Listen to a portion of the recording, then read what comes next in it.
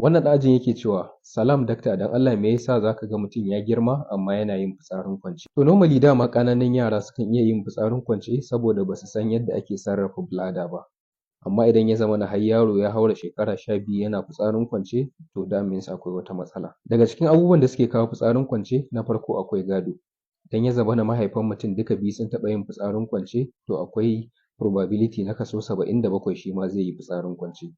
Idan ya zamana ɗaya daga cikin mahaifan ne ya taɓa yin fitsarin kwance, to akwai probability na 40% wato kaso 40 shi ma sai ya yi fitsarin kwance. Abu na biyu shine bladder mutum, wato inda ake tara fitsari a jikin mutum, ya zamana ba ta iya riƙe fitsari da yawa. Abu na uku shine overactive bladder, wato wata tsoka wadda ake kiranta da detrusor muscle a cikin bladder mutum, ya zamana tana aiki fiye da yadda ya dace. Daga cikin abubuwan da suke sa wannan tsokan ta dinga aiki fiye da yadda ya dace sun haɗa da shan giya ko kuma abubuwan da suke ɗauke da caffeine kamar coffee kenan ko energy drinks ko kuma cin goro. Abu na biyar da yake kawo matsalar fitsarin kwance sun haɗa da magunguna irin na ciwon ƙwaƙwalwa da kuma magungunan da suke saka bacci. Sannan ciwon fargaba ma yakan iya sa fitsarin kwance, wato anxiety kenan. Sannan kuma akwai stress, wato mutum ya shiga cikin wata damuwa ko kuma wata takura a rayuwa. Sannan kuma akwai wani ɗan saƙo wanda ƙwaƙwalwa take tura wa ƙoda wanda ake kiransa da antidiuretic hormone, akan ana so ƙoda ta daina ƙirƙirar fitsari musamman da daddare. To idan ya zamana jiki baya ƙirƙirar wannan ɗan saƙo ɗin,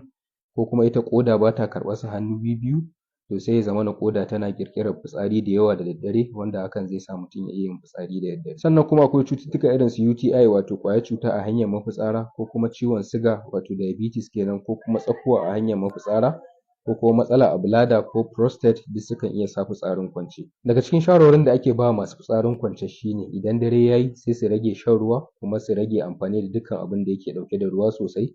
Sannan kuma dab da za su kwanta sai su je su yi fitsari, sannan kuma su ringa sa alarm, wato wanda zai ringa tashin su ringa yin fitsari da daddare. Sannan kuma akwai bladder therapy. Yadda ake yin sa shine da rana idan mutum yana jin fitsari kar ya yi saurin zuwa ya je yi, ya ringa ɗan riƙe fitsari na ɗan wani lokaci, a haka a hankali har bladder ɗinsa za ta saba da riƙe fitsari. Sannan kuma yana da kyau mutum ya je asibiti don a duba shi idan yana fama da wata lalura da na faɗa a baya, sai a yi masa maganinta.